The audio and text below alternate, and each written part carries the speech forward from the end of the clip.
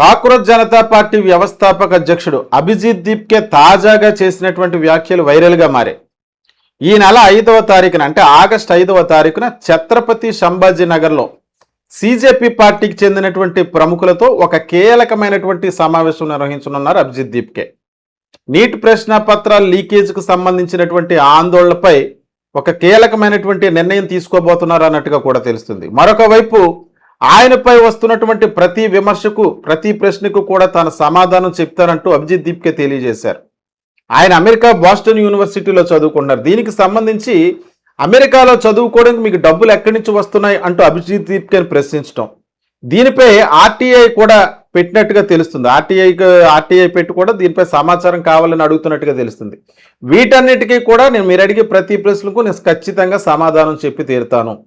నేను చదువుకోవడానికి నాకు లభించినటువంటి స్కాలర్షిప్, అలాగే ఎడ్యుకేషన్ లోన్కి సంబంధించినటువంటి ప్రతి ఎవిడెన్స్తో, డాక్యుమెంటెడ్ ఎవిడెన్స్తో మీ ముందుకు వస్తా అంటూ అభిజిత్ దీప్కే తెలియజేశారు.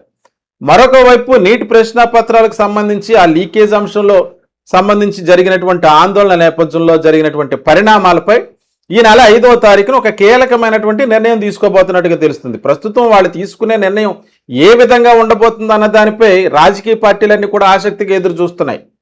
మరొక పక్క కాక్రోచ్ జనతా పార్టీ అన్నది రాజకీయ పార్టీ కాదు, ఇది కేవలం ప్రభుత్వంపై తప్పనిసరి పరిస్థితుల్లో ఒత్తిడి తీసుకొచ్చే విధంగా పనిచేసేటువంటి ఒక సోషల్ యాక్టివిటీ సంస్థ పార్టీ మాత్రమే కానీ ఏ విధంగానూ కూడా రాజకీయాల్లోకి వచ్చే ఉద్దేశం లేదంటూ అభిజిత్ దీప్కే తెలియజేశారు.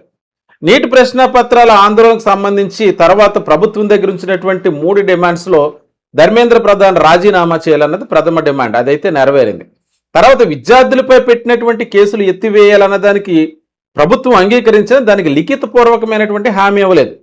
ఈ పరిణామాల నేపథ్యంలో ఈ మిగతా రాష్ట్రాల్లో ఢిల్లీలో కూడా దీనికి సంబంధించి కేసులు నమోదయ్యే పరిస్థితి ఏర్పడింది. దీనిపై ఒకవేళ మాట నిలబెట్టుకోకపోతే మరొకసారి తీవ్రమైన పోరాటం తప్పదు అంటూ అభిజిత్ దీప్కే వ్యాఖ్యానించినటువంటి నేపథ్యంలో అస్సాం, బీహార్, వెస్ట్ బెంగాల్కి సంబంధించినటువంటి రాష్ట్రాల్లో అయితే విద్యార్థులపై పెట్టినటువంటి కేసులు అయితే ఉపసంహరించుకున్నారు. అలాగే ఢిల్లీలో పెట్టిన కేసులు కూడా ఉపసంహరించుకుంటున్నామంటూ ఢిల్లీ పోలీసులు కూడా తెలియజేశారు.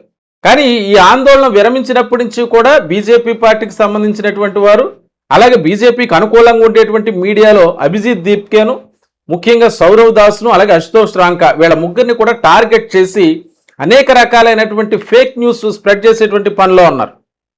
వీటన్నిటికీ కూడా సమాధానం చెప్తానని చెప్పి అభిజిత్ దీప్కే తెలియజేశారు. అయితే రాజకీయాల్లోకి వచ్చే ఉద్దేశం అయితే తనకు లేదు.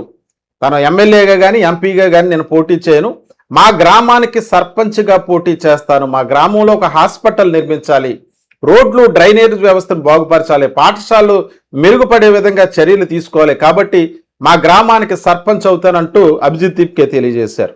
మహారాష్ట్ర హింగోలి జిల్లాకు చెంది సంతుక్ పింప్రికి అనేటువంటి గ్రామానికి చెందినటువంటి ఒక దళిత యువకుడు అభిజిత్ దీప్కే అమెరికాలో బోస్టన్ యూనివర్సిటీలో చదువుకుంటూ పబ్లిక్ రిలేషన్స్లో మాస్టర్స్ చేశారు. అలాగే 2020 నుంచి 2023 వరకు కూడా ఆమ్ ఆద్మీ పార్టీకి సంబంధించినటువంటి సోషల్ మీడియా కార్యకర్తగా పనిచేశారు. అలాగే ఢిల్లీ ప్రభుత్వ విద్యాశాఖకు అడ్వైజర్గా కూడా పనిచేశారు. ఈ క్రమంలో ఈ పబ్లిక్ రిలేషన్స్కి సంబంధించి అలాగే విద్యా వ్యవస్థకు సంబంధించి ఆయనకు పూర్తి అవగాహన ఉన్నదని దీని ద్వారా మనకు అర్థమవుతుంది. అయితే ప్రస్తుతానికైతే ఈ ఆగస్టు 5న జరగబోయేటువంటి మీటింగ్ ఏదైతే ఉందో దాంట్లో ఏ నిర్ణయం తీసుకోబోతున్నారు ఈ మీటింగులు అన్న దానిపై అయితే స్పష్టత లేదు. ప్రస్తుతానికి ఆగస్టు 5న జరగబోయేటువంటి ఈ మీటింగులో నీటి ప్రశ్నాపత్రాల ఆందోళనపైనే మళ్ళీ నిర్ణయం తీసుకోబోతున్నారు అన్నట్టుగా తెలుస్తుంది. అంటే అందులో ఒక ప్రముఖంగా ఒక డిమాండ్ అయితే ఉంది. ఎవరైతే చనిపోయారో 30 మంది వరకు చనిపోయినటువంటి నీట్ ప్రశ్నాపత్రాలకు సంబంధించినటువంటి విద్యార్థులకు నష్టపరిహారం అందించాలన్నటువంటి డిమాండ్ పూర్తయిందా లేదా దాని మీద అయితే న్యూస్ రాలేదు.